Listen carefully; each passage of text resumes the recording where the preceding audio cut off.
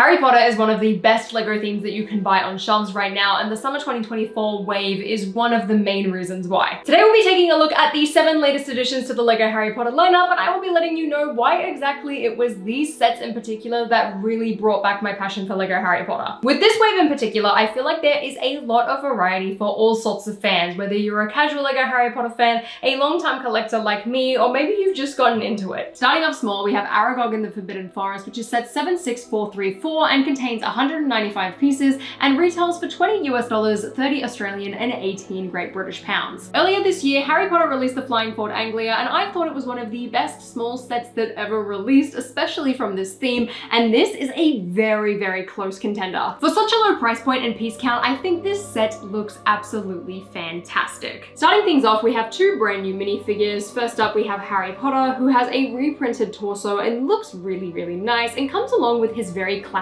young face. Then next up, you have Ron, who also has a brand new torso print with extreme amounts of detail, and I think is a really nice upgrade from their previous versions, and like Harry, has his very standard young face. And as nice as it is to get new minifigures, the real attraction for me is the Aragog spider. But before we get to that, there is this little side build that just has a spider web and a couple of little branches, and this actually connects with the Forbidden Forest system that was released earlier this year, as well as the small little Draco poly bags that you can expand the Forbidden Forest.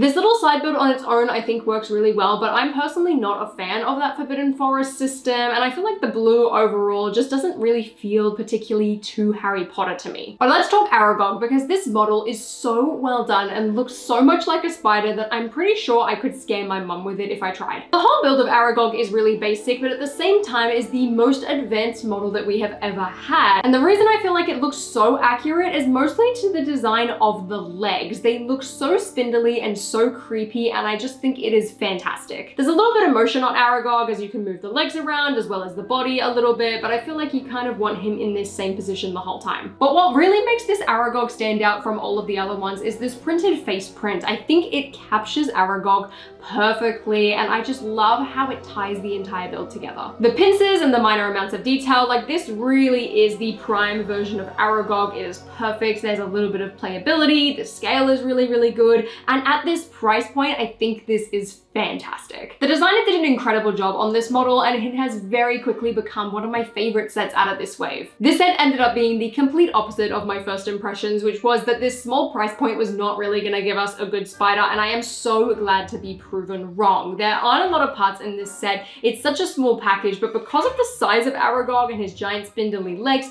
and just how good the design feels, I feel like it works really, really well. Next up, let's head over to Diagon Alley for the latest addition in what is going to slowly become a playset version of Diagon Alley. Last year, LEGO released Weasley's Wizard Wheezes, and this set is a sort of sequel to that, and I guess the next in what is slowly becoming a Diagon Alley series. This one comes with 2 more full-size versions of Diagon Alley, however the whole thing can be connected together, which is pretty neat. And those 2 shops are Ollivander's and Madame Malkin's, as this is set 76439. This set retails for $90 US, 150 Australian and 80 Great British pounds. There are 6 minifigures in this set, starting off with Harry Potter, and he comes in his very classic raggedy clothes from the beginning of the Philosopher's Stone. Also featured in this set is Padma Patil as a young little student, and she is just wandering the streets of Diagon Alley. There is nothing really too interesting about her, however her head print is actually a recolor of just the classic child print that we've seen tons and tons of times before, which I'm really glad to see that be done in a different head color. Next up, we have a generic wizard, which actually reuses the Pippin torso from the Lord of the Rings Rivendell set, which I think is quite interesting,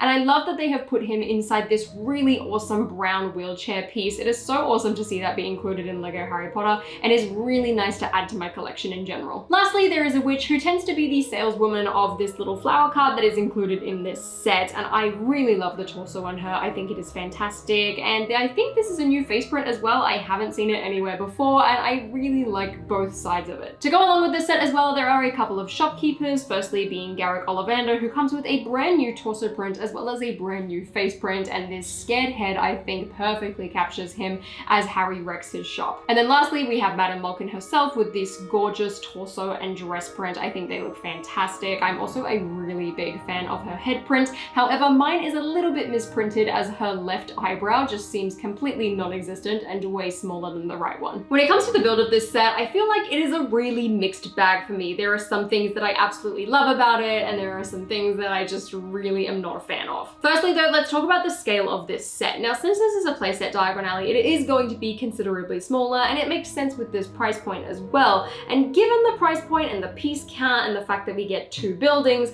I feel like we really sacrificed a lot here. There's enough detail that they feel complete, but at the same time, it just feels a little bit too lacking. Whereas I feel like Weasley's Wizard Wheezes offered a lot more and it was still in a smaller package overall. That being said, one of these buildings is definitely better than the other, and unfortunately, Madame Malkin's drew the short end of the stick, which makes a lot of sense given that it's not really as popular or known of a building. But before we get to that, let's talk about these 2 little side builds. The first of the side builds is this little shop sign that has 3 different store signs, the first being Quality Quidditch Supplies, then Gringotts Bank, and then lastly Flourish and Blot. And I think that this is a really fun touch to this street, especially as it starts to grow, and I can't help but wonder if these signs are kind of like a little teaser as to some of the buildings that are yet to come. The second and not quite as exciting build is a tiny little flower cart that just sits on the side. It's a nice touch to make the street feel a little bit more lively, but other than that, I don't think it's necessarily too exciting or important. But let's talk about the building, starting off with the more disappointing one, and that is Madame Malkin's. Now, firstly, I am very glad to have this in Lego form. It's the first time that we have ever seen this building, so that alone gets me really excited, and I think the exterior looks pretty good given just how limited in pieces it is. However, this reminds me a lot of the Hogsmeade buildings that they did a couple of years ago. Looking at the building, you can tell they used a lot of large panel pieces as they kind of tried to decorate them a little bit with a couple of large stickers, both on the inside and the outside, but it just doesn't feel quite as lively and shop-like as Ollivander's does as a result. However, the sticker detailing on the exterior does look really good. I especially love the signage, and the little addition of the scissors on the top as well is really fun. Turning it on the inside though, it just looks very bare bones. However, there are a couple of neat details, including these 2 mannequins that sit both on the bottom and the top of the building. I also really like the capes that are hanging from the wall, but most importantly is the tiny little sewing machine build complete with the rolls of fabric that are sat at the top of the shop. I think for the size, Lego did do a pretty good job, but it just doesn't necessarily wow me. Next up is Ollivander's, and we have gotten a set at this scale before, but this one is a really big upgrade. Similarly to Weasley's Wizard Wheezes, it is really interesting to just see how accurately this set was shrunken down. All of the main details are there, and they even use the same piece for the Ollivander's sign out the front.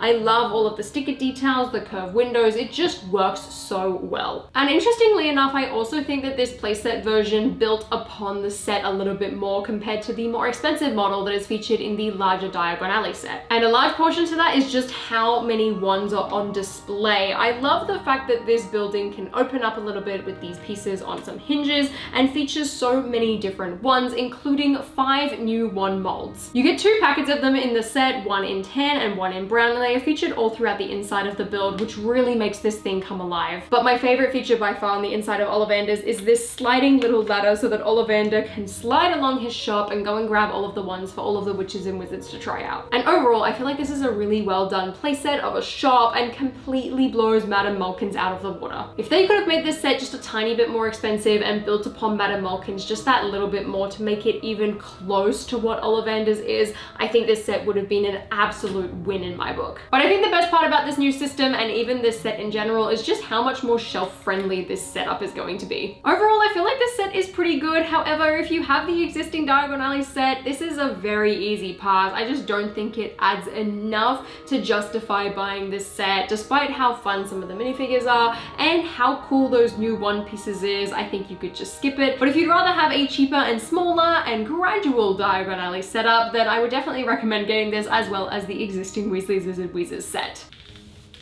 Now, I don't know about you, but I personally am not a massive fan of buildable objects or buildable creatures a lot of the time, and I definitely was not a big fan of the Mandrake when I first saw this set. This is set 76433 and contains 579 pieces and retails for $70 US, 100 Australian and 60 Great British pounds. Despite not really liking buildable creatures, it makes perfect sense to me why LEGO would want to do a buildable Mandrake, just given the success of the Botanicals line. This just makes sense.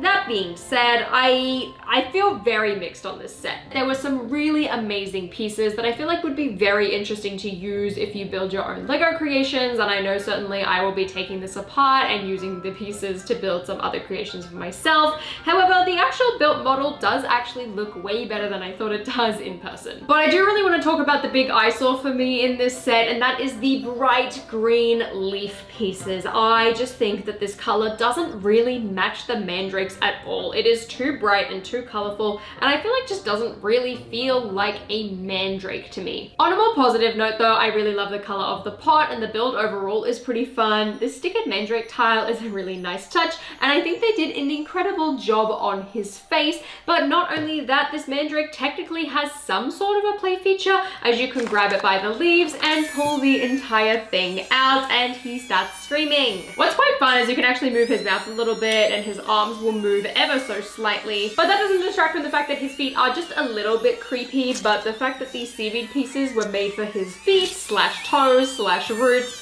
I think it's pretty fun. This build looked horrifying on the box, but in person I am a much bigger fan and I actually kind of like it. And then to put him back in the pot, you fold up his little legs, push up his arms ever so slightly, and he just slides in and just sits there. He's not connected to anything, so he might fall out a little bit, but that also makes it way easier to do the whole pull out motion. This isn't the type of set that I love seeing out of Harry Potter, but I also think that it is a really good addition to the theme as a whole. But for $70 US, I don't think it is worth that. This is the same price as a lot of the other Botanicals set, but I feel like I'm getting a little bit less. And that does make sense given that it is tied to an IP, but I think it's really the leaves and just how lackluster the top half feels that is throwing me off. A lot of the fun of this build is just contained inside the pot, and unless you pull the Mandrake out, you really don't get to see it. Much like a Mandrake, it was only a matter of time until we got a buildable Buckbeak. This is set 76427 and contains 723 pieces and retails for $60 US,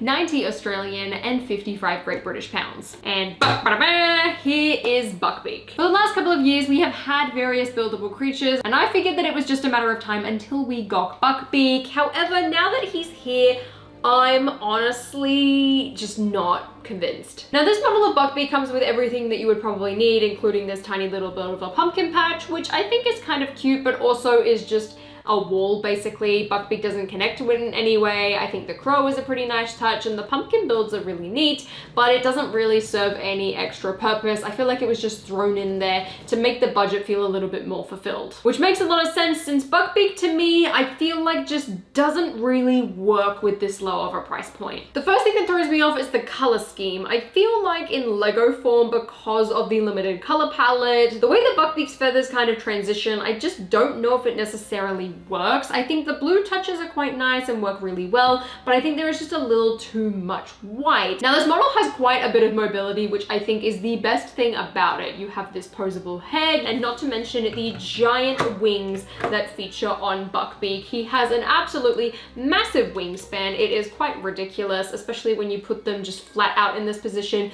It looks a little goofy. There's also a lot of posability in the legs with these hip, knee, and ankle joints. However, the legs I think are really where it throws me off. I feel like the actual build of, especially of these front legs, just doesn't work. He has incredibly skinny calves that I just think it looks a little bit goofy. I really feel like they needed to be built up a little bit more, because when compared to his shoulders, it just looks a little bit ridiculous. The build for the chest is really my favorite part. I love all of the little feather details, and I feel like it is built up quite well. However, underneath all of these wing joints and the legs, the build is very, very flat. For the piece count and the price point, I feel like this model is okay. I mean, it looks like Buckbeak, it has a ton of posability, which is really good, and you can identify what it is really easily, and I think that is the most important part here. However, this model just feels a little clunky. The proportions feel a little off, and I think for that reason, it completely throws me off. It's disappointing because there were some really creative build techniques used in this, but I just don't think it necessarily landed the way that I was really hoping that it would. If you have him sat down like this, you will hide a lot of the flaws, and I think he would look really good. I would just recommend not having him stand up in any way, shape, or form. Unlike the Mandrake and Buckbeak though, a remake of the Durmstrang ship is exactly what I have been waiting for from LEGO Harry Potter. And this model in particular delivered in all the best ways possible. This set is the Triwizard Tournament, the Arrival, and is set 76440 with 1,229 pieces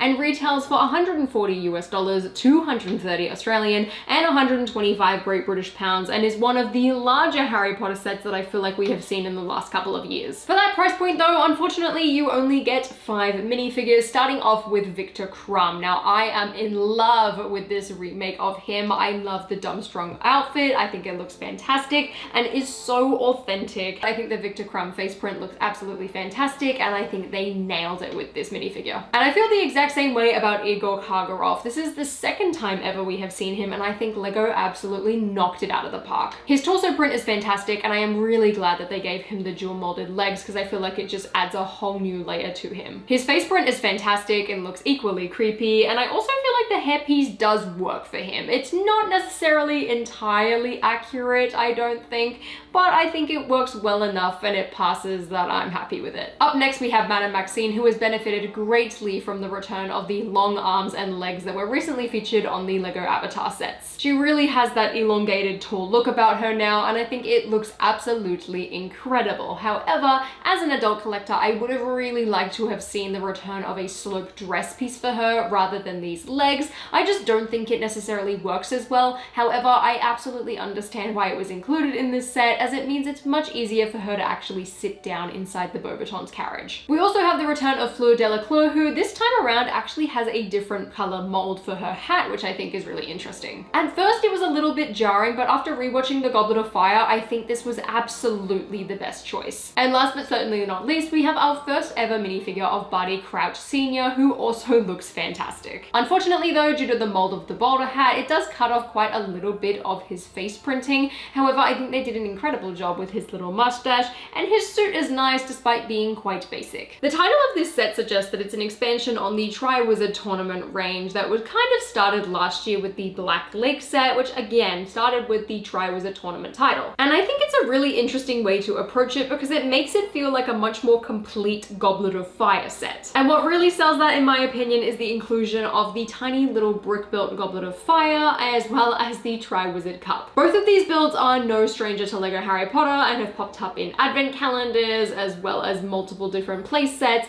but in this version, I feel like the Goblet of Fire especially is the peak version of this build. That being said, I'm not entirely sold on reddish brown being the color that is chosen. I personally think that dark tan would have worked a little bit better, but in terms of just the shaping of this build, I think it is fantastic, and having that modified brick in the middle with a rounded plate on the top really adds that little bit of extra detail that I feel like puts this above the rest. The amount of changes that are on this build is very minuscule, and it is the exact same situation with the Triwizard Cup. We have seen this several times before. However, I feel like we've kind of settled on using these snake pieces as the handles at this point, and a 2x2 translucent blue brick of some kind in the middle. I wouldn't say that this trophy is my favorite. I mean, at this point, they all look incredibly similar to me, but at the end of the day, I am just glad that both of these little side builds were included in this set. Onto the main attractions though, I think it is really interesting to have both the Durmstrang ship as well as the Beauxbatons carriage featured in one set. At first, it did feel a little bit odd to me, but I kind of look at this now and I'm like, no, this actually makes a lot of sense and feels really complete. But because of the fact that they were both included, I think both of these models were compromised in some way. Starting off, we have the Beauxbatons carriage, and this is a significant downsize to the full-size playset that was released a couple of years ago. However, I feel like they captured the shape and body of it pretty well. Unfortunately, we're only down to one Pegasus though because of the size of it, and also the wheels are significantly shrunk down.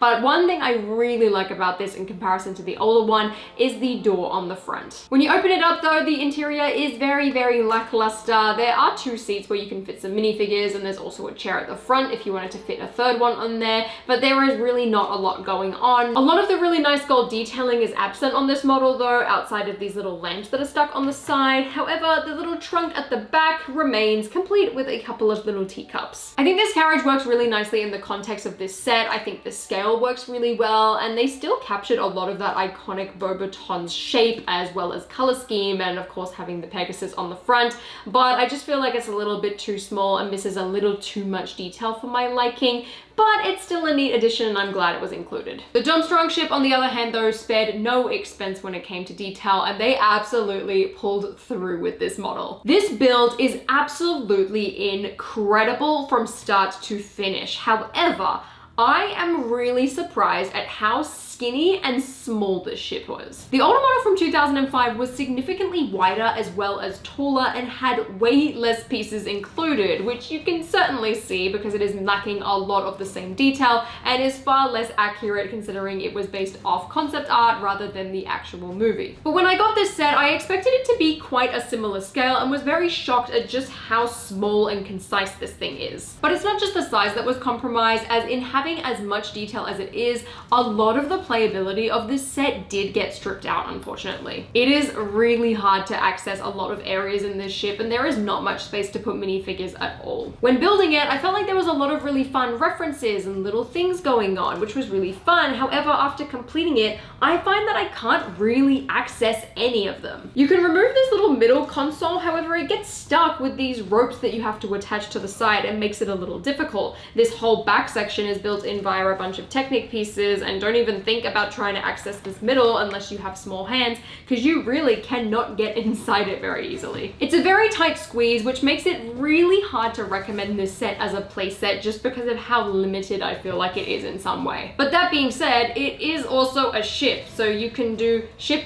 things with it, like do that. You can't make it float though, it doesn't float, so don't even try that, and I personally don't want to because I don't want to ruin these absolutely gorgeous sails, which I feel like really tie this set together for me and make me very happy. The few details though you can actually access in the ship are pretty neat. There is a little couch inside the captain's quarters, and then underneath this middle section there is a tiny little bed complete with a lamp as well as a cup. But otherwise that is it. The rest of the pieces just go into actually holding up the structure of the ship, and mind you, this thing is built like a rock. I have had this fall over and it is still in one piece. I have not had a single thing fall off of it. I'm very impressed in the structural integrity of such a beautiful and well-detailed ship. It is really impressive. There's also some really nice sticker detailing throughout the set, which I think works really well, and one thing I really appreciated is how they made some brick build details really tie in with a couple of the sticker details at the back of the ship. I thought that was incredibly genius, and overall I absolutely love this set and I would highly recommend it to any adult collectors. However, if you're buying this for a kid, I would be a little bit more wary. I feel like there are other LEGO Harry Potter sets that would fit way better for that purpose, but if you just want something that looks really nice on a display, or you're a big fan of the Goblet of Fire, this set is an absolute must buy. Last but not least though, we have the core of the LEGO Harry Potter theme, which are the Hogwarts Castle themed sets. Starting off with this smaller set, which packs a mighty price tag. This is the Hogwarts Castle Potions class, which is set 76431 and retails for $40 US, 60 Australian and 35 Great British pounds, and it is incredibly steep for what you get. Especially when the box is this size and the build is that small. Yep. That's it. Included in this set are 4 minifigures, starting off with the highlight of this set in my eyes, and that is a brand new Professor Snape, and by far this is the best Snape minifigure that we have ever gotten. There is only one thing that I think they could have added to make this Snape absolutely perfect, and that is a fabric cape piece. Otherwise, I think he is incredible. Next up, we have Hermione Granger, who is a very standard version of Hermione these days, complete with this little black skirt piece, some triple molded legs, as well as a robe printed torso and the standard little young Hermione face. Next up, we have a young Pansy Parkinson, who I absolutely love to see in this set. And I'm really glad that a Slytherin student got included in a potion set, and I cannot tell you how glad I am that it was not Draco. Last but not least, we have Seamus Finnegan, who again, I think is perfect for this set, especially with his destroyed face on the other side from messing up a couple of potions. Since this is a Hogwarts Castle set, there are also 2 of the mystery portraits included in this set, but I really don't think that that makes up for the price point. This set, when enclosed, is absolutely tiny, and even when you expand it, I really don't think that there is enough going on here. Outside of Snape, there were a couple of really fun things in this set though. There are some brand new potions pieces that look absolutely incredible, complete with a bunch of bubbles, and just look really exciting, and I hope that they get included in a lot of sets going forward because they just look incredible, as well as some brand new round potions flasks, which again, I think are really fun, and the perfect place to put them is in this set. But those two molds aside, there aren't any new printed pieces outside of Snape's torso and Pansy Parkinson's face, so this set really just feels a little bit stingy and like a rip-off to me. And I hate that I feel that way because as a Lego set, I think this build is fantastic. I love that this is the first time ever that we have had these actual round arches that are featured in the potions classroom and in the dungeons. It has been way overdue and I think works really well in this set. I also love these stickered blackboards and the amount of potions ingredients that are there, as well as the fact that you have two little desks complete with the potions printed tile. And despite how small this set is, even when folded up, you can fit every single minifigure inside, which is not something that I feel like is often accomplished in a set of this size. But ultimately, because of the price point, I really do not think this set is worth getting unless you are purchasing the larger Great Hall, as this set can actually combine in that, and that is where I really think that this set shines. If you really wanted to, you could display it open like this on a shelf, similarly to the Hogwarts Moments books that it released a couple of years ago. However, I think when it is all enclosed up and incorporated as part of the Great Hall, it just feels a lot better. That is how this set was intended to be made, as closed on a shelf, like you can't really see an awful lot. But it is a really fun concept, and I think it's just really hard to sell something like this on its own without the castle that it belongs with. Which, speaking of, it is the last set that we will be taking a look at today, and this thing is absolutely massive. This is set 76435 and contains 1,732 pieces and is one of the most expensive and large Lego Harry Potter play sets that I have ever seen them release. Being the largest, it also means that this set retails for $200 US, 300 Australian, and 170 Great British pounds. Is it worth it though? I'm not entirely sure. I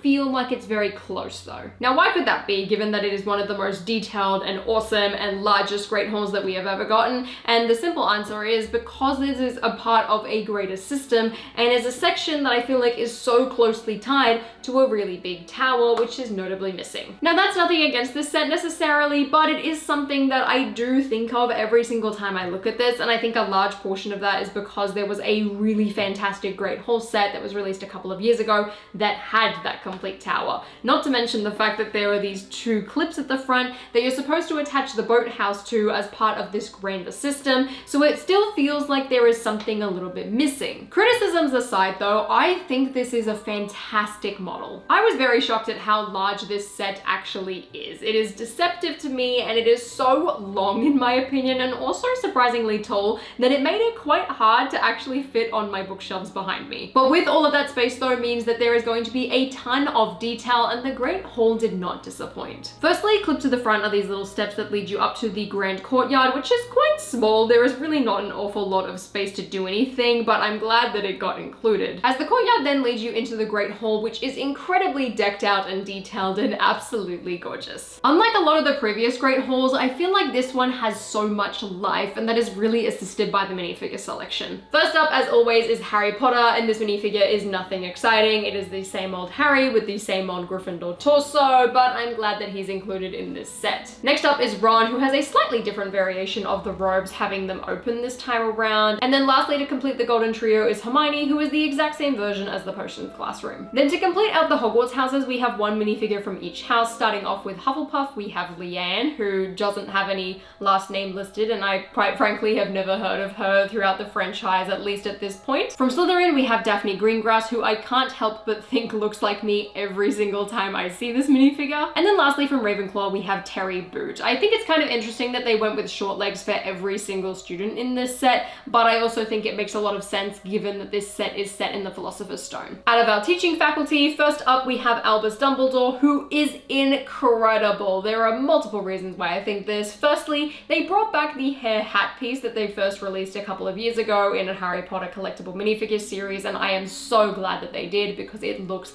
fantastic. fantastic, but not only that, they actually gave him arm printing this time. It's very minimal that I didn't really notice at first, and you can't quite tell from the box art, but that also made it a really fun surprise when building. To go along with the Philosopher's Stone theme, we have Professor Quirrell, who has been updated this time to have some more brown robes, and much like Snape, I really feel like could have benefited from having a fabric cape piece. His face print is fantastic, and of course his double side features the Voldemort face on the back, which I think is just absolutely perfect, and overall I really like him. Then the last teacher we have is Professor Vector, who is another one of those background teachers that just kind of sits at the table that you don't really ever think about, but I'm glad that we got her, as it kind of completes out the teaching faculty just a little bit more. And they also went all the way this time with her by giving her some dress printing, which is really, really nice to see, especially for a background character, which usually I wouldn't think that they would do anything for. One of my favorite additions in this set is actually the Fat Friar ghost minifigure. I feel like we don't really have a lot of the Hogwarts ghosts, so it's nice to see a new addition here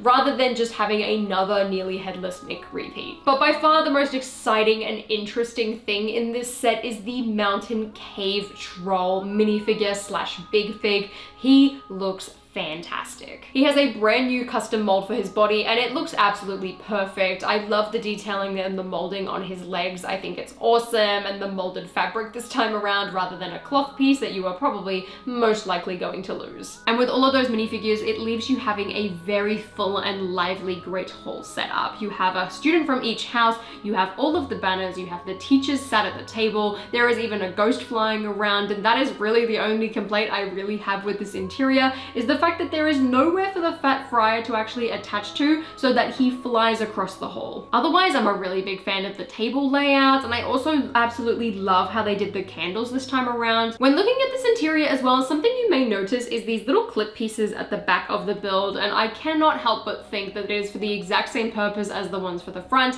in that there is going to be some sort of expansion that connects to this half of Hogwarts in order to create that more detailed display. But that's not it with this set, because all of these little buildings at the bottom actually pull out and allow you to have very different rooms. Starting off with is the girls' bathroom, where the troll attacks Hermione, and this whole thing is a very basic build but contains all of the essential elements that you would need to recreate this scene. We have a smashed sink, we have one bathroom stall, as well as a complete sink, and there's a couple of jumper plates on the floor as well so that you can attach the troll and Hermione to the base. I personally would have really loved to have seen two of the toilets side by side, maybe even have one of them be wrecked or have some sort of play feature where you can destroy it, because I think with just one bathroom, it doesn't really feel like a proper bathroom to me necessarily. But these little compartments are interesting because there are a couple of railing pieces on the side as well as some Technic holes at the back, so that this entire thing can slot into the main build of the Great Hall. Now this doesn't attach properly with Technic pieces, so if you spin this set around at all of these builds and classrooms can actually slide out relatively easily,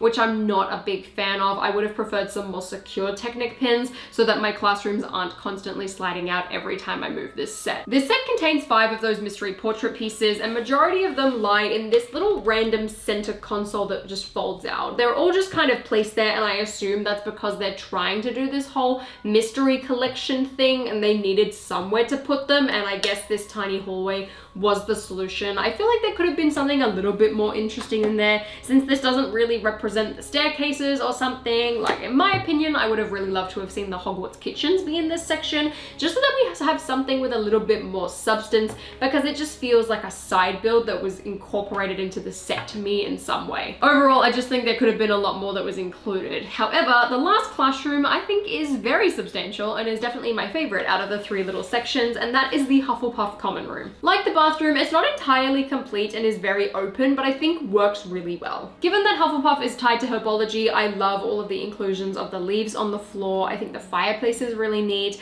The placement of the portrait tile as well is really good, and if you have the Helga Hufflepuff one, you can just put it on the top and really kind of tie the room together, which is personally something that I will be doing with my own set. And then the actual common room area, there is 2 chairs, there is a long couch, as well as this little individual one. One of the reasons though why I love this version of the Great Hall so much is because of how detailed detailed both the exterior and interior was. I mean, you just saw how much space there was for minifigures and how many fun details and bricks there were going on. I feel like it was done really, really well. And then you look at the outside, and this is one set that I feel like actually has a lot of the details and rock work that Hogwarts has. So often do Hogwarts sets just completely exclude all of the rock and the moss that you see, but this has everything included. I imagine that this set is going to remain one of the largest and most expensive pieces of this new Hogwarts setup, and it makes me really excited to see what they do with the rest of the wave. From the small sets to the large sets, I feel like every single piece of this Hogwarts castle has been fantastic. So that is the LEGO Harry Potter Summer 2024 wave. There are some incredible sets in this lineup. The quality and the detail is absolutely off the charts, and I can just see how much care the designers put into every single set in this line. If you enjoyed this video, please give me a thumbs up and consider subscribing to my channel down below to check out my completed Hogwarts castle lineup. Let me know your thoughts on these sets down in the comments below, and until next time guys, I'll see you later.